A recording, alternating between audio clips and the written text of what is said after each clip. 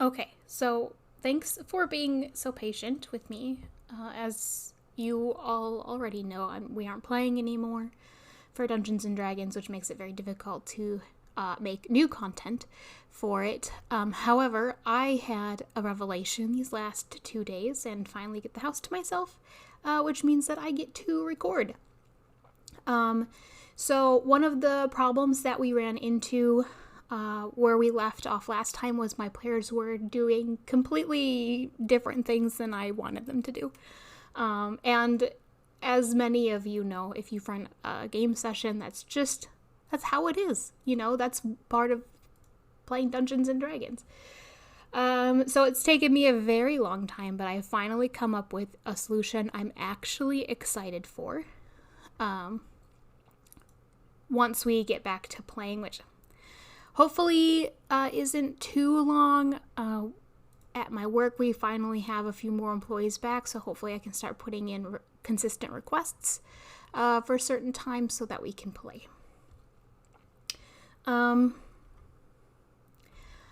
Also, I've had a lot of people ask about what kind of system I use for playing and like rules, and it's Dungeons and Dragons 5th edition, and it's custom. I didn't have this in OneNote initially, but I did start making leveling trees for my characters, just the classes that my main group had been playing, not all of the ones that I had initially made. So I'm taking the time to copy and paste them from my documents over into OneNote so you guys can look at them, because I think I shared a link to my OneNote in my comment section. Feel free to tell me if it doesn't work, because I have no idea if it works or not. So I'll finish copying these over while I tell you about my exciting solution.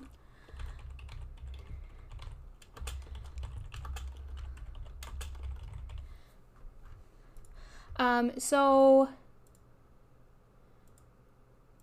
one of the things that I had really decided was I needed to make the ritual that my characters don't want to go to, or they think is too dangerous, I need to make that ritual less important for them to solve the puzzle, I guess.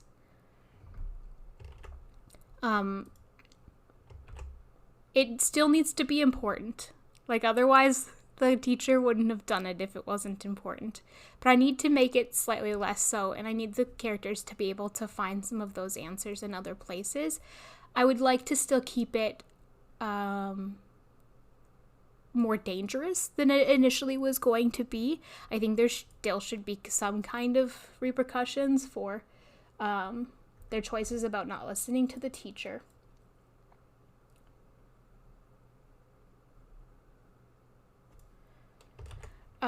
So they've decided that they're for sure going to be sneaking out. At least that's what it sounded like when we last stopped. And I was like, well, they shouldn't be allowed to sneak out, or I should, make them get caught right away. But that was when I was angry. So, I still want our game sessions to be fun, and I've decided that I'm, gonna put my pride aside and let them sneak out. What I'm going to do with the sneak out, though, is I'm thinking maybe I want to create some sort of combat that pushes them into a place that gets them stuck in one of the dungeons. So that's kind of hard right now with the secret passages that I've set up, so I'd probably have to create a new secret passage. And I want them to fall into it. Because falling means it's really hard to get out. If obviously there's no ladder, they can't fly yet. They can kind of levitate.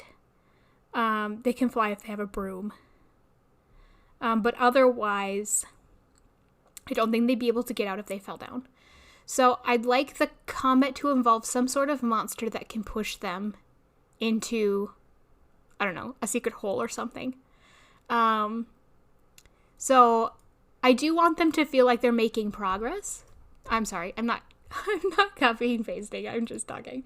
I want them to still feel like they made progress in trying to get to the ritual. So I don't want them to feel like I just automatically thwarted them the second they got out of the room, or their common room. So I feel like maybe they'll run into a few people patrolling, but it'll be really easy to pass the skill checks for when the people are patrolling. I'm not really sure what path they're going to plan on taking, but I can just pick up and move, I guess, the whole to the dungeon, wherever they end up going, hopefully. I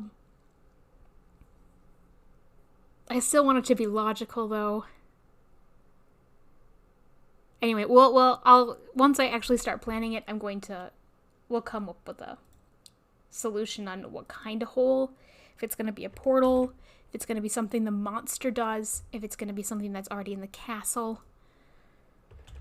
We already kind of learned that the castle stairs, the moving staircase, kind of has a sort of sentience to it. And I feel like the book kind of led us to believe that, and maybe the movie. But I tried to build on that in this campaign. So maybe if I can get them to the stairs would deposit them into like a platform with a hole, a disguised hole that they get pushed in. That would be ideal. I would really like that quite a bit.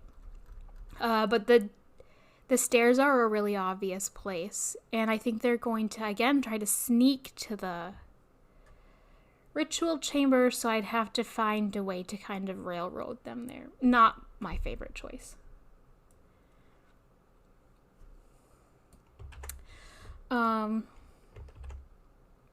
Anyway, so, and then once they fall down into the dungeon, they can play around there, and then I can put clues to all the things they would have learned during the ritual into the dungeon, along with some other things that would be fun. And then I like the idea of, I don't know why the owl would be down there, but I want the owl to guide them out of the dungeon so they can find the exit, and then fly past the hole where the little tree is that's linked to the ritual outside in the forest. The one that's essentially sucking the defense against the dark arts teacher's magic out. That little ritual hole. I want the owl to fly past that to remind them that it's there, to draw their attention back to it. Hopefully they make a connection, and then they continue following the owl out to the forest. So that will essentially do all of the things that I needed the ritual to do, but a much longer and more dangerous way. Following the owl would be kind of like a chase scene, which I haven't done very many of. That would be kind of fun just to figure out how to DM.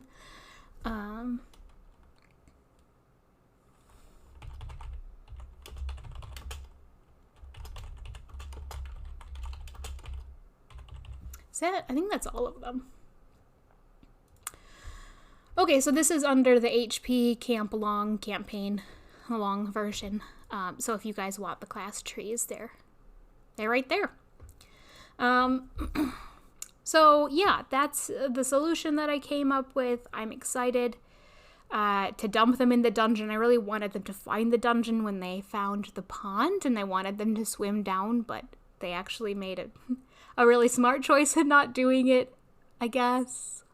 So it would have been really dangerous. I was going to make it really easy, but they didn't know that. So,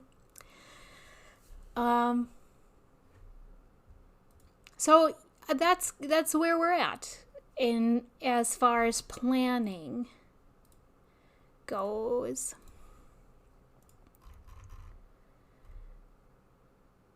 Well, I had the ritual planned here. Okay, so here's the ritual. I could make these waves appear either on their way to the stairs. Maybe the waves would push them towards the stairs. Or the patrols. like where people are stationed. They wouldn't have to patrol. I guess I could just station teachers or what have you in certain hallways so that they wouldn't be able to get past. I mean, they could try, but hopefully they'll take the easier route. That's an option. I could give some of these monsters, since they're kind of customized, a push to push them down a hole. And then I have to, of course, take the time to plot out that dungeon, which I, took the time to find a picture of, but really haven't fleshed it out yet. I did put some monsters in there, which I could do and the different purposes. So I've got some goals for my planning. Aside from that, I was thinking about doing videos of weird things my players have done in the past, or mistakes I have made as a dungeon master and laugh about now. So this was just a quick update video on what I'm thinking on how to fix the issues. And I'll do a different video series while we're waiting to start playing again. So I will see you then.